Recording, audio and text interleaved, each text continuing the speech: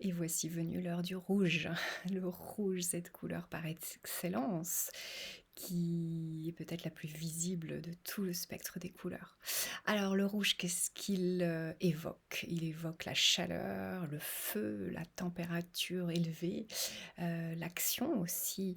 Il est symbolique de travail, de productivité, d'hyperactivité parfois. Il est en lien aussi avec le sport, avec, la reproduction aussi, le courage, la volonté. Voilà, tout ça, c'est le rouge.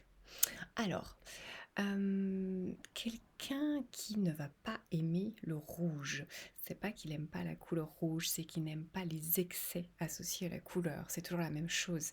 Et les excès associés au rouge vont être une forme de d'hyperactivité, d'agressivité, de brutalité, de surpuissance. Donc c'est quelqu'un qui a peut-être été victime d'une forme, d'agressivité ou à qui on aura imposé de travailler plus que de raison, jusqu'à peut-être aller jusqu'à un burn-out. Donc, il a en horreur du coup l'hyperactivité et voilà le côté, vraiment brutal, agressif, violent en fait, une forme de violence. Et il a peur de ça. Et donc, cette personne va détester le rouge pour voilà, se protéger de ces excès de rouge dont il a certainement souffert par le passé. Voilà. Alors évidemment, quelqu'un qui du coup se met à détester le rouge, a du mal à passer à l'action. C'est quelqu'un qui est plus dans la procrastination, dans une forme de, d'inaction, d'inactivité, qui oui, qui est un peu en retrait, qui a souvent froid, au sens propre, hein, qui a un corps froid, qui souffre peut-être des extrémités froides, la maladie de Raynaud, ce genre de choses. C'est quelqu'un qui montre parfois une alcalinisation de son sang.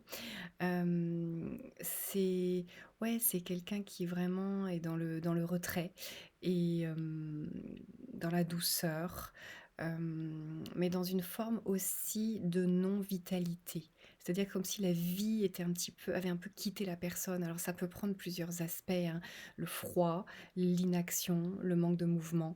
Voilà, c'est un petit peu tout ça, mais aussi le manque de travail, hein, et de productivité. C'est vraiment quelqu'un qui est un peu à l'arrêt de la vie. À l'arrêt de la vie, donc la vie, c'est aussi le travail, hein, c'est aussi l'action, donc à l'arrêt de l'action. Voilà.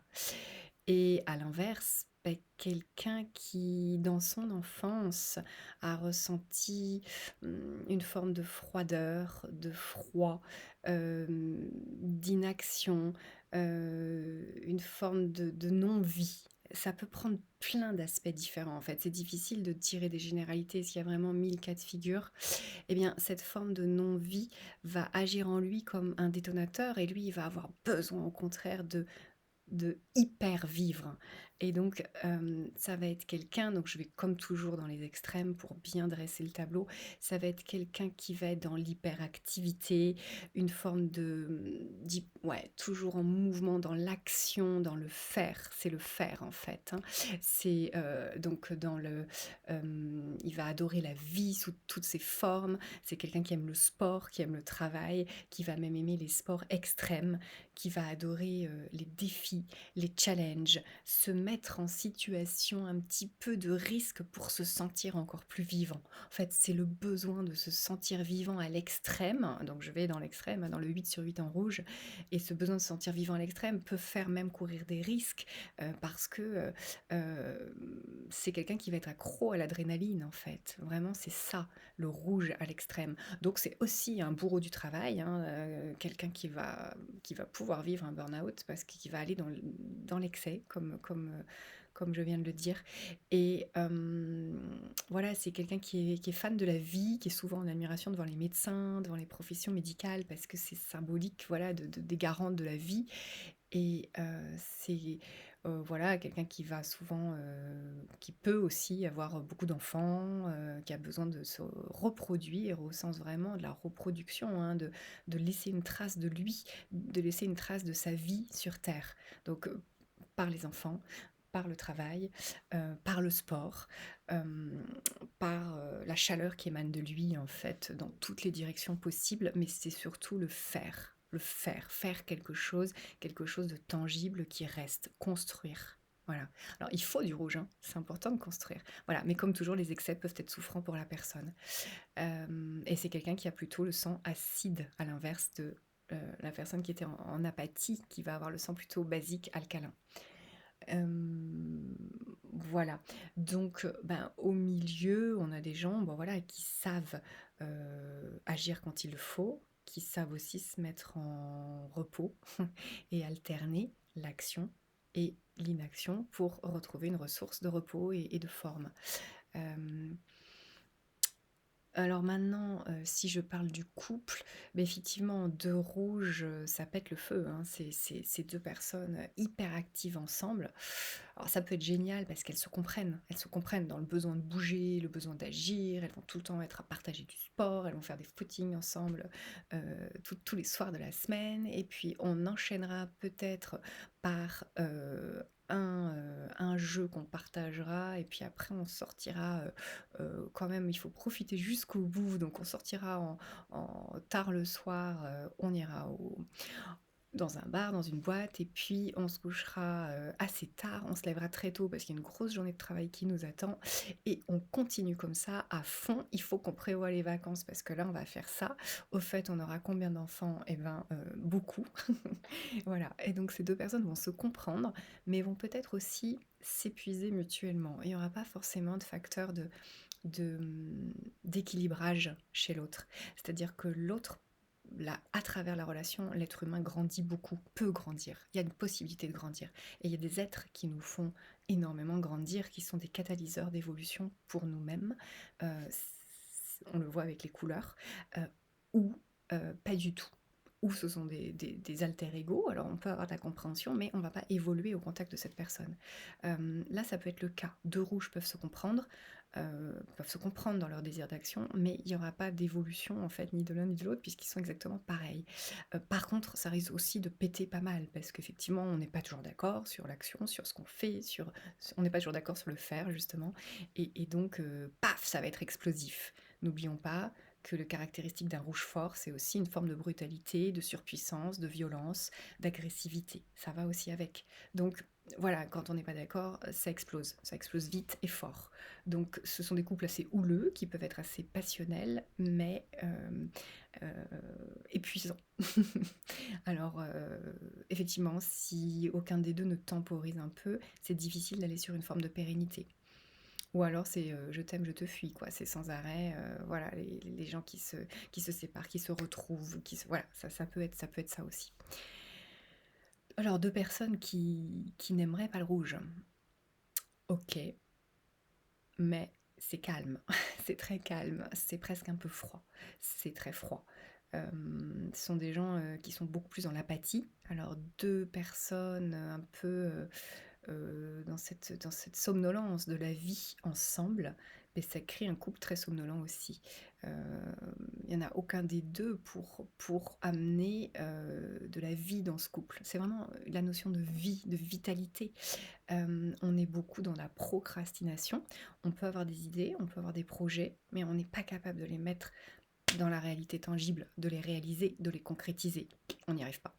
Donc il faut un peu de rouge pour réaliser les choses dans la vie. Donc sans rouge, on est un peu coincé, on a besoin de réactiver ce rouge pour réactiver ses projets. Sinon c'est fort compliqué et on se fait terriblement violence. Et comme on n'a pas envie de le faire, à la fin on le fait pas. Donc finalement il se passe pas grand-chose. Donc un duo dont les deux rouges seraient faibles, ça crée un couple qui va pas vraiment de l'avant en fait, un couple qui bouge pas, qui ne bouge pas. Alors ça peut fonctionner un temps, mais il n'y a pas beaucoup d'évolution non plus en fait. C'est quand même un couple qui va être un peu en retrait de la vie.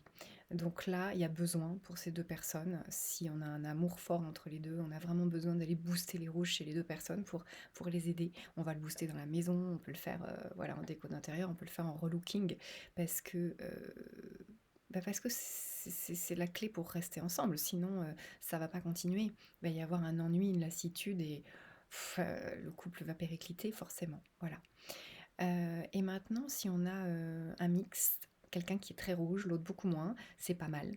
C'est pas mal parce qu'en fait, on se temporise l'un l'autre. Il y en a un qui est le moteur du couple, qui va vraiment permettre la réalisation des projets, et l'autre pourrait être un peu la tête pensante, peut-être la personne qui va au contraire créer, imaginer dans l'abstrait, enfin en amont, on pourrait faire ci, on pourrait faire ça, et l'autre peut aider à ancrer les choses dans la réalité.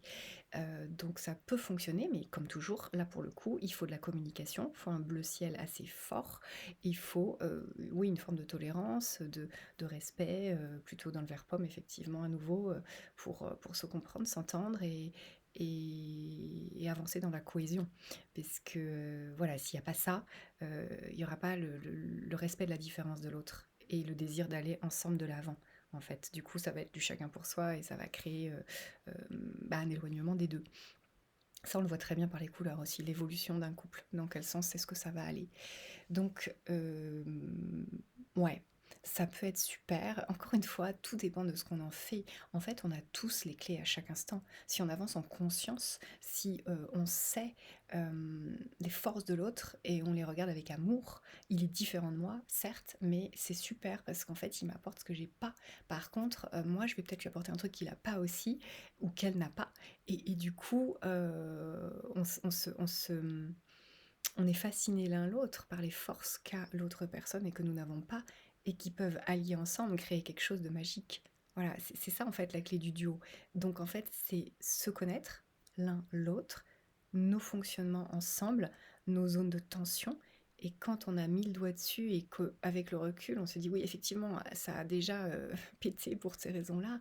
Ok, donc maintenant on va procéder ainsi parce que toi t'es comme ça, moi je suis comme ça. C'est un peu inscrit dans nos gènes, donc pour que ça matche, il va falloir procéder ainsi. Et c'est des clés de fonctionnement qui changent une vie en fait, qui changent les couples, qui changent beaucoup de choses.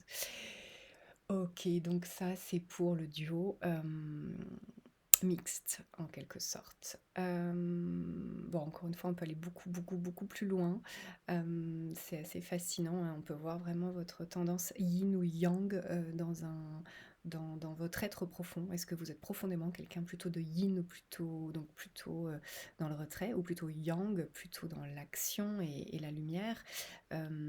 Et voir, ça c'est votre être profond, et voir ce que vous montrez aujourd'hui. Des fois, on est carrément en opposition de phase avec ce qu'on est profondément et intimement. Donc ça aussi, le test des couleurs permet de le voir et de se comprendre et d'aller de l'avant. Euh, une chose aussi, n'oublions pas que le rouge, c'est la mise en action. C'est, oui, l'action par le travail, par le sport, on l'a vu, c'est vraiment la mise en action. La- la- c'est symbolique de la valeur travail quand même, au sens très large.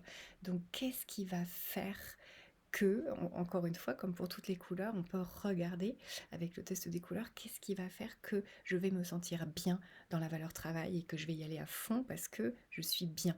Et le détonateur de ça, eh bien, il est à chercher ailleurs. Et le test des couleurs permet de le voir aussi. Et du coup, on peut voir que pour certains, pour se sentir bien au travail, ils ont besoin d'échanges, de communication, d'être écoutés, d'être entendus. Donc c'est la valeur bleu ciel plutôt qui va nourrir le rouge et qui va permettre du coup de donner le meilleur de soi-même au niveau du rouge. D'autres, pour se sentir bien, ils vont avoir besoin du vert forêt, c'est-à-dire d'être seul, de partir dans la nature, d'être... C'est une image bien sûr, mais ça pourrait être vrai, mais c'est aussi tout simplement d'être seul dans sa bulle. Donc là, c'est des gens qui font leur société tout seuls et qui ont du mal à interagir avec les autres. S'ils le savent et qu'ils en sont conscients, voilà, la valeur travail, elle va être enrichie par la solitude, par le fait d'être autonome et en autarcie pour aller de l'avant. Voilà, il peut y avoir, pourquoi pas pour d'autres qui travaillent en couple, ça peut être la valeur, rose magenta, et le fait d'avoir un duo et un couple aimant, eh bien, peut booster leur désir de travailler parce qu'en plus ils travaillent ensemble et cetera. Il y a 1000 cas de figure, et encore une fois, on peut voir ce qui chez vous, permet, au rouge, de s'épanouir pleinement.